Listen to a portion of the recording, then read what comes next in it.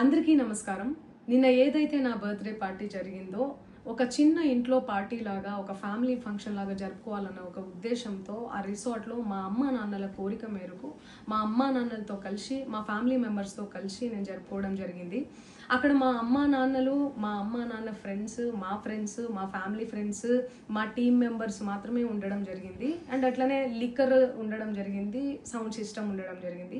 So sound సిస్టమ్కి లిక్కర్కి permission తీసుకోవాలని చెప్పి నాకు అస్సలు అవగాహన లేదు, ఐడియా కూడా లేదు. అది అనుకోకుండా సడన్గా ప్లాన్ చేసుకొని వెళ్ళిపోవడం జరిగింది అక్కడ. సో అందుకు నాకు అవగాహన లేదు, లేకుంటే నేను తీసుకునేదాన్ని. నాకు అసలు గైడెన్సీయే లేదు.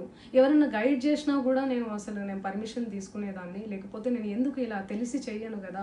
సో ఇదంతా ఇలా తెలిసి అయితే నేను తప్పు చేయలేదు, తెలియకుండా ఇది జరిగిపోయింది. అండ్ అక్కడ లోకల్ లిక్కర్ తప్ప అసలు వేరే ఏ ఇతర పదార్థాలు, మత్తు పదార్థాలు కానీ వాడడం అసలు జరగలేదు. అక్కడ దొరకలేదు కూడా, పోలీసులు సెర్చ్ చేసినా కూడా. అండ్ అక్కడ ఎవరికైతే పాజిటివ్ వచ్చింది అని చెప్పి పోలీసులు చెప్తున్నారో ఆయన ఎక్కడో ఒక చోట తీసుకున్నాడు, ఎప్పుడో తీసుకున్నాడు అని చెప్పి తేలిందని చెప్పి పోలీసులే చెప్పారు. అండ్ అది ఇన్వెస్టిగేషన్ కూడా జరుగుతుంది. మేము కూడా పోలీసులకు కోఆపరేట్ చేస్తున్నాము. అండ్ నేను ఎందుకు ఇలా చేస్తాను, అసలు నాకు తెలిసి ఎందుకు చేస్తాను? మా అమ్మా నాన్నలతో మా అమ్మా నాన్నలు పెట్టుకొని ఇలాంటివి నేను ఎంకరేజ్ చేస్తానా? ఇలాంటివి చెప్పండి.